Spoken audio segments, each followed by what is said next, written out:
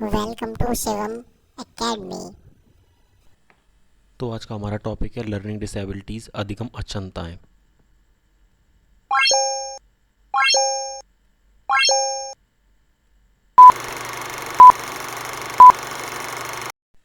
तो देखेंगे यहाँ पे लर्निंग डिसेबिलिटीज़ के बारे में। तो देखिए, जो अधिगम अक्षमता लर्निंग डिसेबिलिटी है, इसका सबसे पहले पता अमेरिकी चिकित्सक प्रोफेसर सैमुअल किर्क ने बताया था।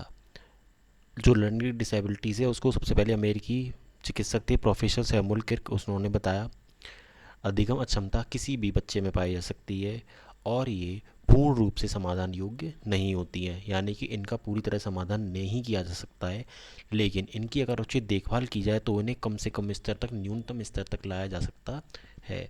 और इसका प्रमुख कारण जो होता है वो तंत्रिका दोष माना जाता है। ठीक है।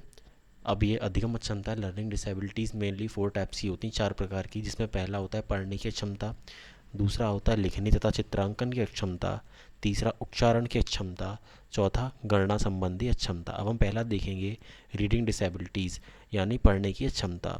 इसमें बालक शब्दों को ज्यों का त्यों पढ़ने में उसे दिक्कत होती है, पठन वैफल्य भी कहा जाता है इसे। इसके अंतर्गत मेनली 2 आते हैं, डिसलेक्सिया और एलेक्सिया। ठीक है, डिसलेक्सिया को पहले पढ़ने से रिलेटेड ही माना जाता है, लेकिन अब इसे पढ़ने और लिखने दोनों की क्षमता माना जाने लगा है। डिसलेक्सिया और एलेक्सिया एक ही होते हैं, पहले बहुत ज़्यादा एग्जाम्स में आ चुका है, इंपॉर्टेंट हो सकता है ये आपके लिए। सेकंड हम देखते हैं राइटिंग डिसेबिलिटीज़, ये होते हैं लिखने की। इसके अंदर का जो हमारा स्टूडेंट होता है, बालक होता है, वो एज इट इज़ लिख नहीं पाता है चीज़ों को, और लिखना एक सूक्ष्म गतिक कौशल माना जाता है। ठीक है। इसमें शरीर के जो हमारे अंग होते हैं हाथों पर, या लिखने में हाथों पर, उंगलियों पर कंट्रोल नहीं होता है। अब देखेंगे इसके अंदर भी मेनली 2 आते हैं, जिसमें आता है आपका डिस्ग्राफिया और डिसप्रेक्सिया। तो देखिए डिस्ग्राफिया, ग्राफ ग्राफ हम बनाते हैं ना, तो ये बनाने से मतलब लिखने से हो गया ये डिस्ग्राफिया।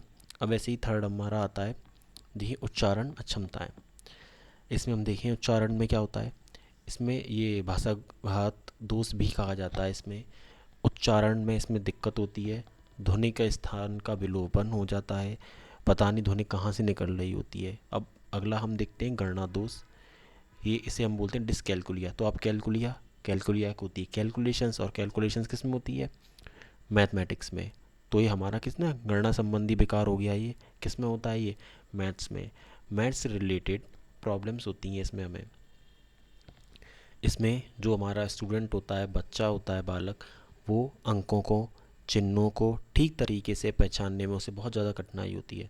फॉर एग्जांपल पे देखिए आपके सामने लिखा हुआ है इंटू, इंटू को वो क्या समझता है, प्लस समझ रहा है वो यहाँ पे। ऐसे ही एक और एग्जांपल हम देखेंगे, जो हमारा परसेंटेज का साइन होता है उसे वो देखिए डिवाइड का साइन समझता है वो। ये हमारी मैथमेटिक्स से रिलेटेड प्रॉब्लम हो गई। अब देखिए कुछ और लर्निंग डिसेबिलिटीज़ में ADHD, ये आपका बहुत ही ज़्यादा इंपॉर्टेंट है, लास्ट ईयर बहुत ज़्यादा पूछा गया था ये। इसका फुल फॉर्म होता है attention deficit hyper activity disorder. इसमें बालक विषय वस्तु पर ध्यान केंद्रित नहीं कर पाता है। ऑटिज्म भी बहुत ज़्यादा पूछा गया था, स्वालीनता, इसमें अपने विचारों को दूसरों के समक्ष बातें नहीं बता पाता है बालक। देखिए डिसमेंसिया, देखिए स्मृति दोष होता है। डिसमेमोग्राफिया, मेमो मीन्स मेमोरी, इसमें भूलने की बीमारी होती है। ठीक है। बुलमिया, खाने से रिलेटेड होता है ये, पता ही नहीं होता कितना खाना है, कितनी भूख है। डिस्थीमिया, भावनात्मक तनाव रहता है, स्ट्रेस रहता है इसमें। प्रोजेरिया, अल्प आयु में वृद्धावस्था के लक्षण रखते हैं। ठीक है।